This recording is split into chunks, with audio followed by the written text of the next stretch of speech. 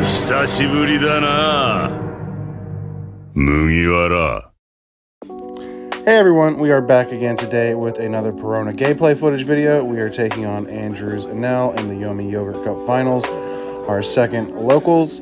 So Andrew is a fellow YouTuber. You can check out his channel, link in the description below, Nakama TCG. And so we see he starts off turn 1 playing Flampe just to take a life and draw a card. And then we go to our 2-Don turn, and you can see here that our early game does not look too hot, having 2 Morias, Ryuma, Ice Age, Sabo blocker, and then drawing Izo for turn. So on 3-Don here, let's take a look and see what Andrew does. I don't really think Enel really has much in the way of 3-Don turns, so he will either swing 8 into us or just pass if he is planning to starve. So it looks like he is just going to aggro us down. So we're going to take that, not spending the counter we have in hand. I don't even think we have enough counter in hand, but we use Perona's ability on our 4-Don turn to clear the Flampe, play the Borsalino that we took off life, and pass.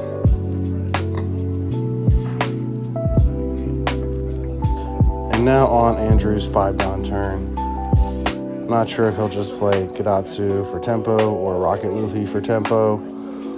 Or if he, it looks like he's just going very aggro, playing the Onami for 2, and then putting the 3 on Enel with Banish, trying to bait out the Borsalino block, or 2 cards from hand, but we're not going to give him 2 cards to save 1, we just take the Banish. And then we use Perona to rest Onami, take care of Onami. And then on 6-Don, it looks like we probably will play the Momo standing, I would imagine, plus the Sabo just to protect it, to make sure it gets off 1 search. And honestly, thinking back on this, I think that playing the Momo was a mistake because we are heading into our 8-Don turn next turn. So if we do not block in this upcoming turn, that means we're ultimately going to have to play over the Momo, so it gets no value. But cycling the 2 off the Sabo, we obviously want to get the Hiyori engraved, having the Ryuma in hand, and then we also already have the Suru for the cost reduction off the next Moria for whatever he plays. Or rather, I should say any 6 cost or below that he plays. I think Enel really would be punishing right now, but we're seeing him swing the 6, which is really good for us because that gives us value for our 2k counter in hand, and then him playing the 6.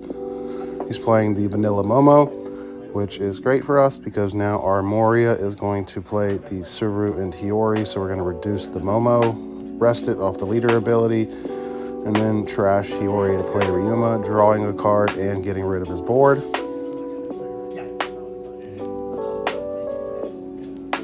So yeah, tap 8, play Moria, grab the Hiyori and the Suru, but like we said, because we didn't end up having to block last turn, we are just playing over the Momo, so that got us no value.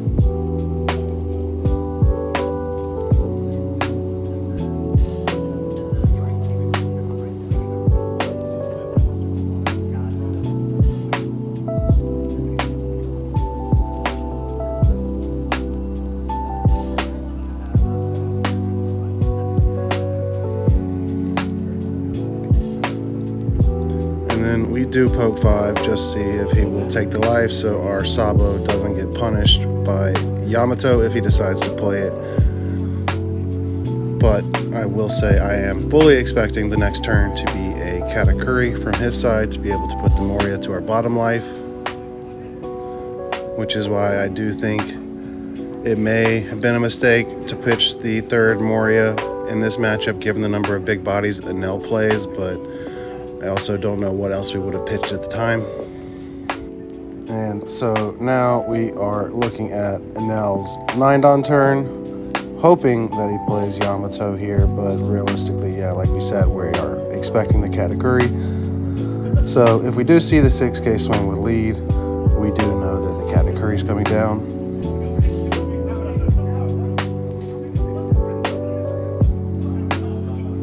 So the fact that he's poking 5 here is hopeful for us.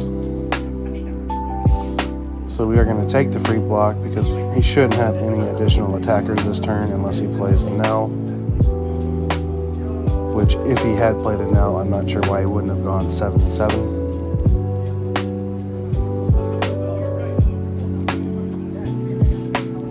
But okay, so he was baiting us, tapping the 8 for Katakuri.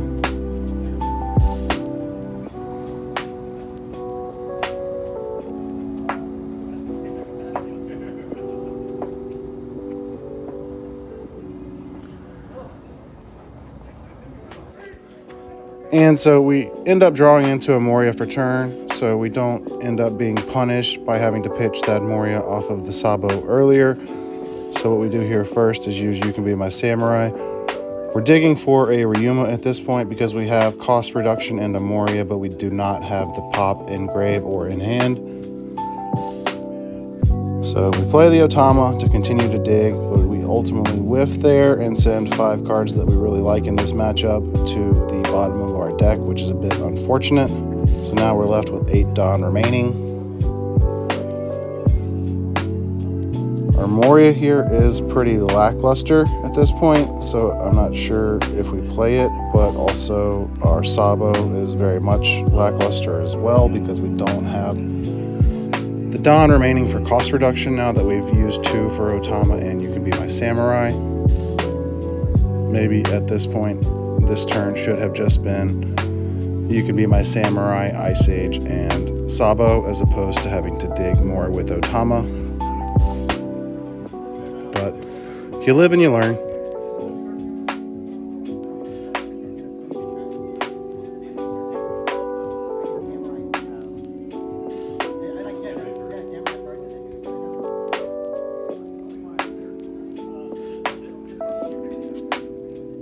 So we are poking 6 with Sabo and get punished with a Frankie trigger. So we are going to use Perona ability now to play the Moria to now make our Moria get a bit more value, playing over the Ryuma. And so off of the Moria, we are now going to play the Ryuma that we just played over, as well as the Momo. So we're going to be able to pop the Frankie here, as well as put the Suru for cost reduction in our grave, as well as the Otama in our grave in case we need to dig for another Ryuma off of our next Moria. And so now we're moving into Andrew's 10 Dawn turn. And it looks like we just switched the position of the Ryuma and the Momo. Make sure that the Momo survives in case we need to dig a little bit further for a Ryuma in the following turn. And give him another target to swing at in case he wants to give us a Ryuma in trash.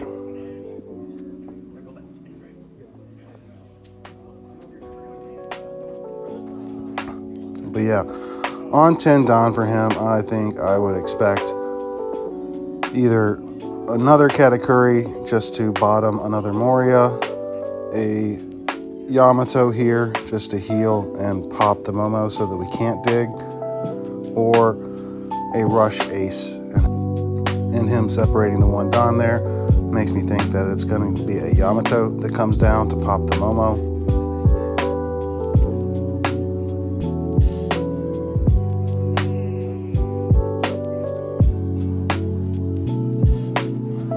Okay, so he's swinging 7, so it's definitely going to be a Moria that comes, I'm sorry, not a Moria, a Katakuri that bottoms our Moria. And so he's just swinging into Sabo, trying to get cards out of our hand, so we will protect it once so he doesn't swing the 8k into life, but then we will let it go. And then we draw a Sabo for turn, the 8-cost Sabo. So we are going to tap 1 for Momo and continue to dig for a Ryuma. But Momo, unfortunately, just finds Otama here.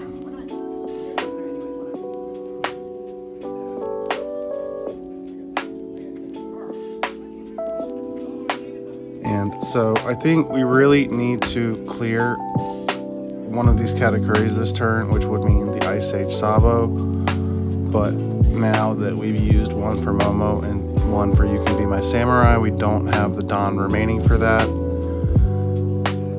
So I'm not really sure where this turn goes at this point, because once again our Moria is pretty lackluster, as is our Sabo. So I think we just got too tunnel visioned at this point, trying to dig for the Ryuma rather than just playing what's in our hand. So we will see what we ultimately do with this turn.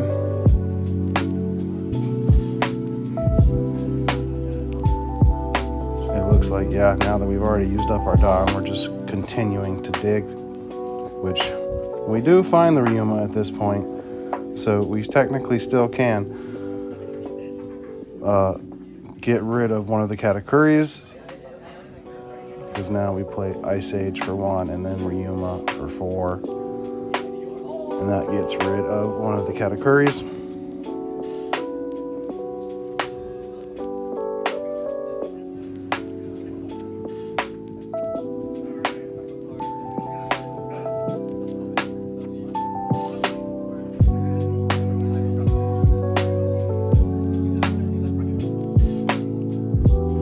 And now Tendon here, he can play the Yamato to heal a life, pop the Ryuma, standing Ryuma, and then swing into the rested Ryuma. I think that would be a pretty good turn for him. That would put him back up to 2 life, getting rid of both of my valid attacks and putting him up to 2 big bodies.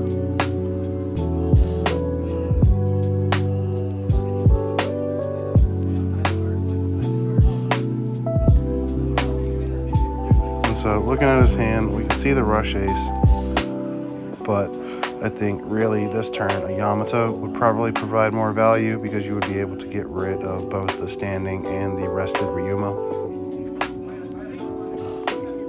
But I guess in the same sense, a rush ace would allow you to clear the Borsalino and the rested Ryuma. And most likely as well as one of the Momos. So I think really either play here that puts him up to 2 life and allows him to clear 2 of our 6K bodies is pretty impactful. So him swinging base here tells me he's going to play the rush ace. Him here prioritizing putting the Borsalino in trash as opposed to the Ryumas. Oh, so he's playing double Gadatsu to KO both. So not even having to use his big body while going wide on board, which I do think is really a fine turn for him at this point, because now we don't really have a way to put him down to 0 anyway. So him going wide here really threatens our life, because he can always play ace in the following turn as well, or even Yamato to pop whatever 4 cost we play off of Moria. But we honestly may play Helmeppo and play, or do we? Yeah, I guess we need to play. We could play Belmir, save the Helmeppo, and use the -2 on the Gadatsu. So -1 from Belmir and -1 from Leader.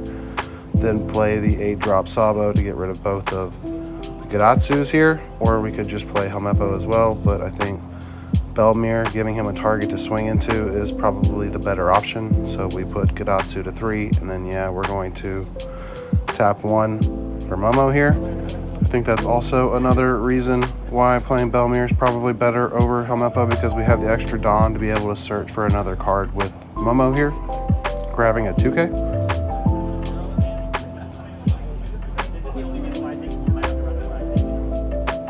And then yeah, we're just gonna play the 8-drop Sabo here. Probably pitching the Helmeppo just to have it engraved for Moria in case we need it. And then I think that was a pretty good turn for us overall, because he's going to have to swing into the Belmir in case, unless he continues to want the -1. And so now here again, I think I wouldn't necessarily expect him to play the rush ace at this point. I think I would probably more so expect him to play the Yamato to be able to pop the Belmir, swing 5 into Momo, and then poke 8 with Katakuri just to put us down to 3 life. But oh no, he's using the Raigo, which is such a good card, because now he uses 6 Dawn to basically get rid of the entire board that we use 10 Dawn to play. So he's going to be able to clear the Belmir at this point, and then he can choose to either clear the Momo or swing into life. So he prioritized, I mean, I guess he knows he's going to get rid of both. Or no, he's swinging into life, leaving the Belmir on board. I'm not so sure that I would have prioritized Momo over Belmir. I understand that Momo is potentially a card, but Belmir is the free -1, but I guess that's also not as impactful in this matchup as it is others that play more characters in the 5-cost range. But we do end up taking the 8K swing.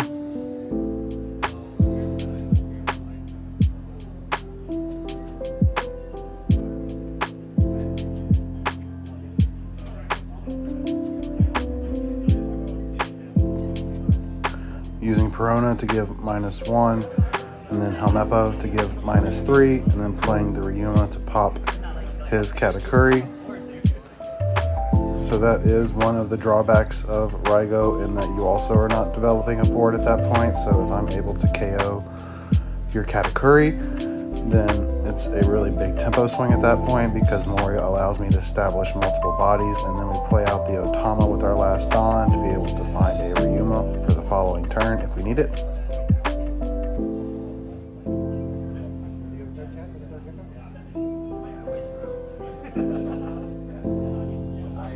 And so I think at this point we're in an okay spot. It all really depends on what's in his hand, because Enel can really prolong the matchup and play multiple big bodies and just really swing the tempo of the game over the course of a few turns. So he's clearing Helmeppo, and then gonna clear Ryuma because we're at a combined 4 life prior to his heal. So that's about as good of a turn as you can have as Enel.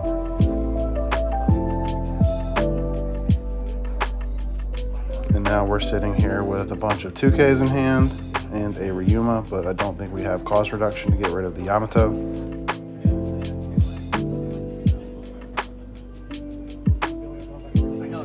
And now it looks like we may have cycled through our deck, because those are the same 5 cards that you saw us whiff with earlier.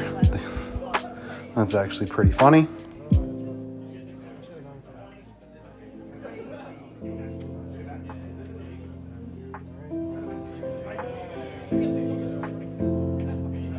And really, so now at this point, we don't have cost reduction to be able to get rid of the Yamato.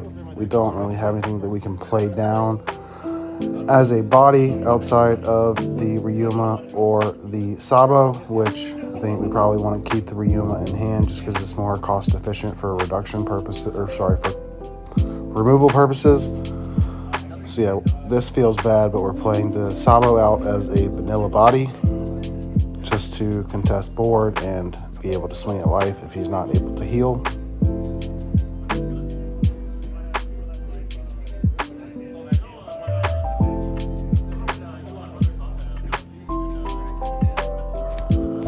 So now we're just waiting to see what Andrew does here on his Tendon turn.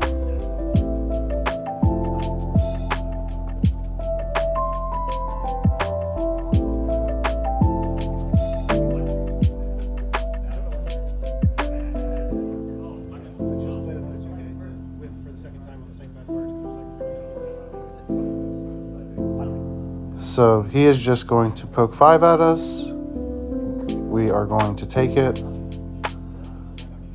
He plays the Onami to give Yamato banish. Debating about how high he wants to swing, but I think if we just took a 5, he should probably just swing the 9. He's not wanting to give us the Moria. We already trashed the Moria, but he decided to swing 11. And then he Raigos our other Moria.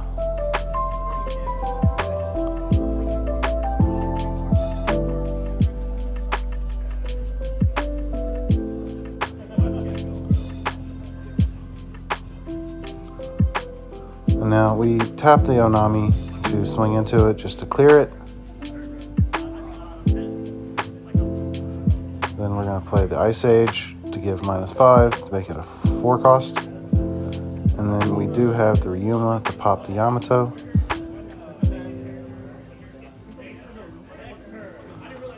So this has been a pretty good back and forth match.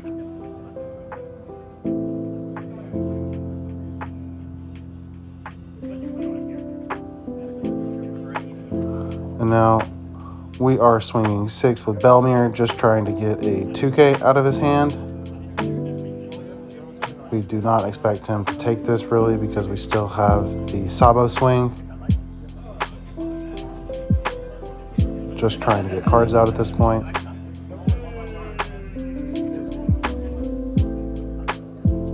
But he does take it. He's going to be forced to use his leader ability here, which I think is a bit of a misplay on his part because now we still have the 9K Sabo swing. So if he does not want to go down to 0, he's going to have to give us at least 3 cards.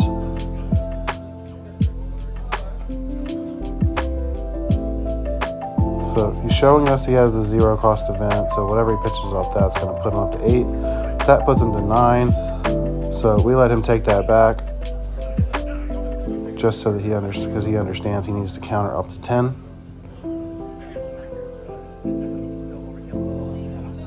And he is going to show us that he doesn't have any 2Ks here at this point because he's going to give us a second 0 cost event and over counter up to 12.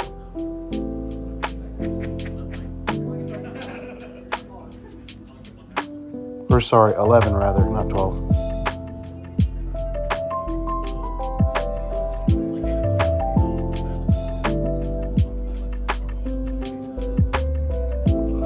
And so now we pass turn, he swings 5, we give him a 2K counter, we go down to 3 cards in hand, and he has the rush ace. So he heals back up to 2 life and now has a sticky 10K body on board for the rest of the match while we're down to 1 life. I think if I were him, I would just swing the 10K into life, push us down to 0 because we don't realistically threaten lethal now that he's gone up to 2 life.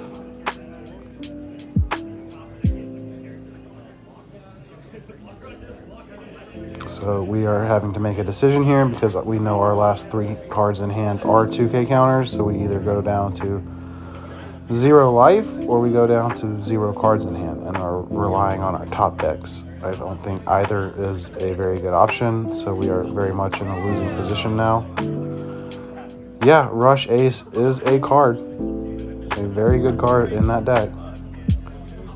So we now are relying on top decks, as is he, because he's now down to 2 cards in hand, but he does have the 2 life. So because we still have the 1 life, we are now forced to clear the ace. So we swing 14 into it, leaving 5 up.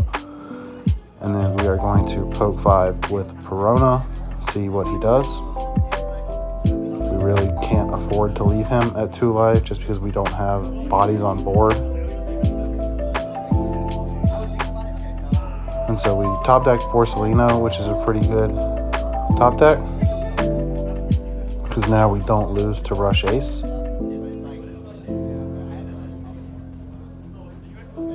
But Rush Ace would also heal him back up to 2, so we would be in a very much a similar spot because we have no cards in hand. He could clear, I guess really it's only one of the 6K bodies, so we would still have 3 attacks, but we would need 4 to be able to go for lethal because he would heal back up to 2.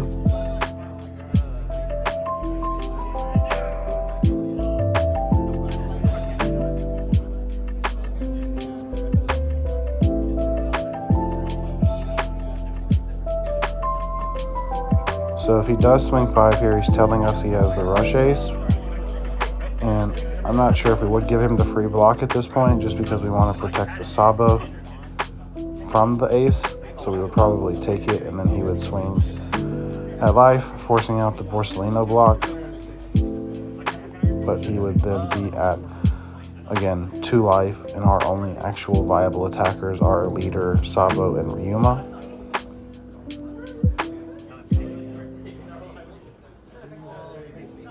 So I do think playing the ace here would just effectively seal the game, and he does have it.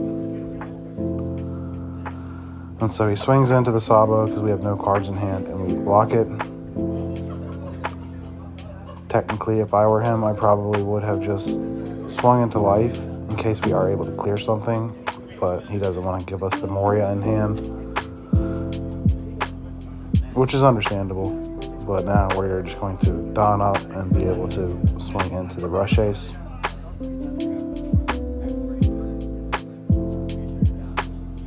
Now we are debating on what we want to do here, but we are most likely going to just swing out and then play whatever in our hand as a body. But now that he has triggered Frankie, we are going to have to swing into it as opposed to life, so we really have to don up and hope he lets it go. I think we're looking at swinging 9 into it with Ryuma. With him having 3 cards in hand, I don't think he keeps it. And then we play the Helmeppo down just as a potential swing on the following turn. And so him swinging 5 here tells me that he may have a 3rd consecutive ace, which does in fact just seal the game at that point because we don't have a blocker or any cards in hand. So yeah, that is going to be game. So don't forget to like, comment, and subscribe.